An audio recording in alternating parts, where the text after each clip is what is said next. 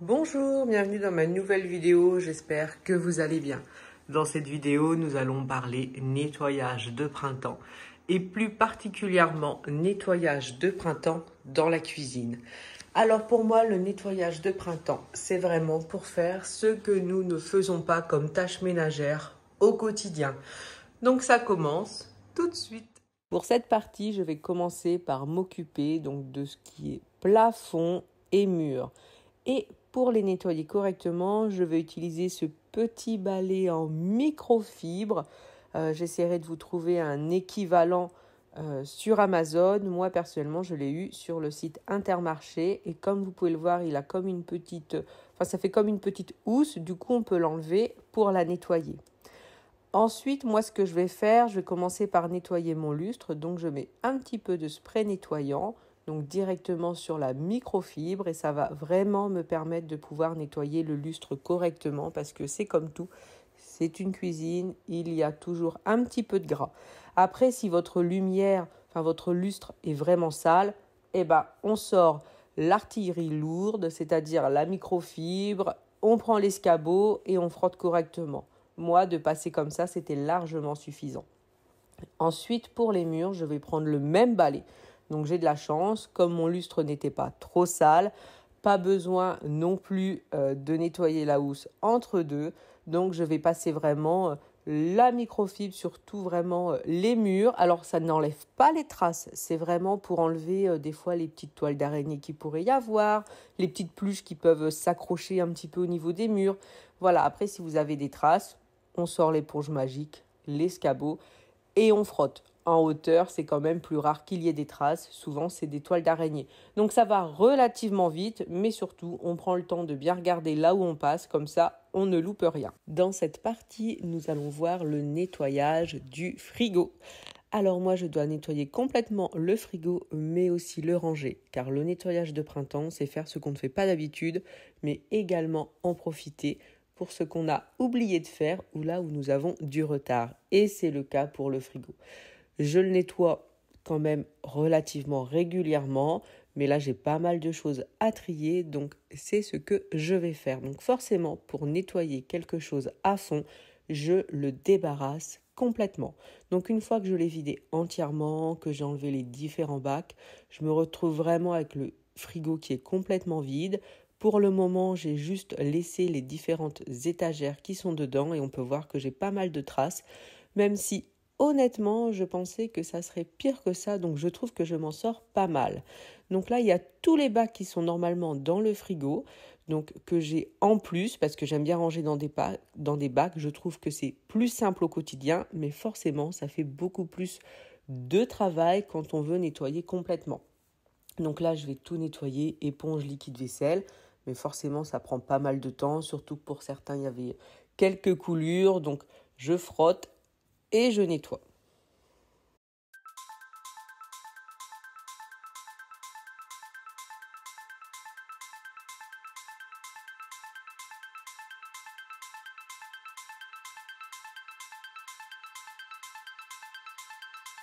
Une fois que les différents petits bacs sont nettoyés, je peux retourner au niveau du frigo et là je vais pouvoir enlever tout ce qu'il reste encore à l'intérieur et que bien sûr il faut également nettoyer, mais pour un souci de place, je fais au fur et à mesure.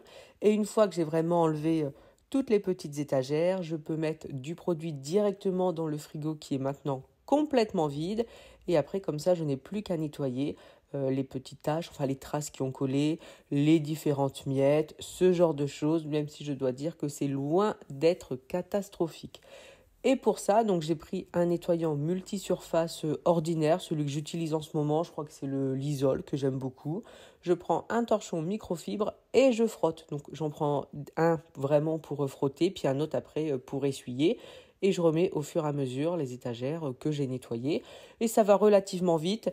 Alors honnêtement, il y aurait eu plus de traces, plus de miettes. J'aurais sûrement eu besoin d'une éponge pour frotter. Mais là, franchement, ce n'était pas nécessaire parce que j'avais laissé en plus le produit agir quelques minutes et vous pouvez voir que donc ça a été rapide. Le frigo est nickel, il est vraiment très propre, donc je suis contente. Maintenant, il ne me reste plus qu'à remettre tout ce qui s'y trouve, donc les différents bacs, les étagères, mais également j'ai trié tout ce qu'il y avait à l'intérieur niveau nourriture. Par exemple, j'avais plein de pots de confiture qui étaient vides, ce genre de choses. Donc j'ai vraiment trié correctement au niveau des restes. J'avais des restes que j'avais laissés et ça c'est un peu vraiment le bémol qu'on a au quotidien. C'est que je mets les restes dans des tupperwares, mais après je les oublie et forcément je ne peux pas les finir. Mais bon, je remets tout correctement et me voilà enfin avec un frigo qui est propre, qui est rangé. Donc le retard que j'avais, j'ai profité de ce nettoyage de printemps pour le rattraper. Donc partie du frigo, c'est terminé. Partie suivante, le sol. Alors effectivement, passer l'aspirateur n'est pas quelque chose, en tout cas que je ne fais pas au quotidien. Mais vous allez comprendre pourquoi je le passe rapidement avant. Je vais faire une partie que je ne fais pas d'habitude, mais alors pas du tout. Mais pour ça, il faut déjà que j'arrive à enlever les plaintes de la cuisine qui, elles aussi, sont bonnes à nettoyer. Alors, au bout d'un moment, j'ai quand même réussi à les enlever. Donc, je commence par enlever les 2 plaintes. Mais je dois dire qu'elles étaient bien coincées. Mais bon, en forçant un peu, j'ai réussi à les enlever et je vais commencer donc par nettoyer les plaintes. C'est quand même plus simple. C'est vrai que c'est quelque chose que j'ai pas tendance à faire régulièrement parce que c'est bas, c'est pas pratique. Donc je prends tout simplement microfibre, mon produit là nettoyant et puis je frotte et les traces partent relativement vite. J'avais peur vraiment que ça allait prendre trop de temps, mais c'est parti vraiment très très vite, donc je suis bien contente. Et tout ça pour s'attaquer à cette partie, c'est-à-dire sous les meubles.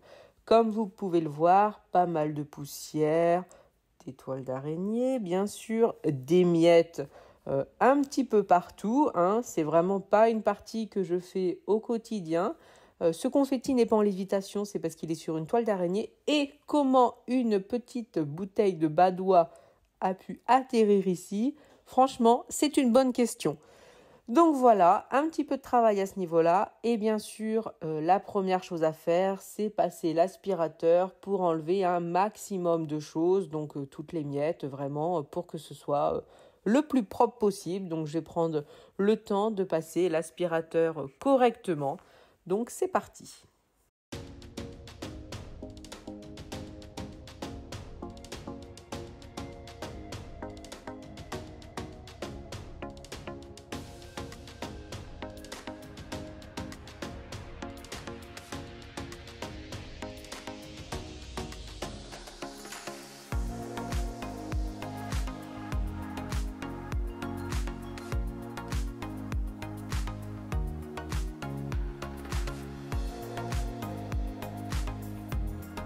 Ensuite, je prends un petit embout. Là, c'est pour vraiment nettoyer les petites miettes qui restent au niveau des pieds. Passer un petit peu sous le lave-vaisselle qui est moins pratique. Donc, pour faire les petits détails. Et du coup, je repasse l'aspirateur rapidement parce que j'ai réussi à décoller quelques petites miettes qui traînaient autour des pieds. Une fois que c'est fait, bien sûr, plus de poussière. Enfin, pratiquement plus. Donc, je prends mon seau pour laver le sol. Donc là, je prends mon seau serpillière que j'aime beaucoup parce que je trouve qu'il nettoie très bien. Je mets de l'eau très chaude pour bien tout décoller. Et bien sûr, j'utilise le produit Sanitol pour le sol. J'utilise pratiquement toujours celui-là. C'est vraiment celui que je trouve le plus pratique. Donc, j'essore, mais pas trop parce que le but, c'est vraiment de nettoyer. Donc, j'y vais. C'est parti!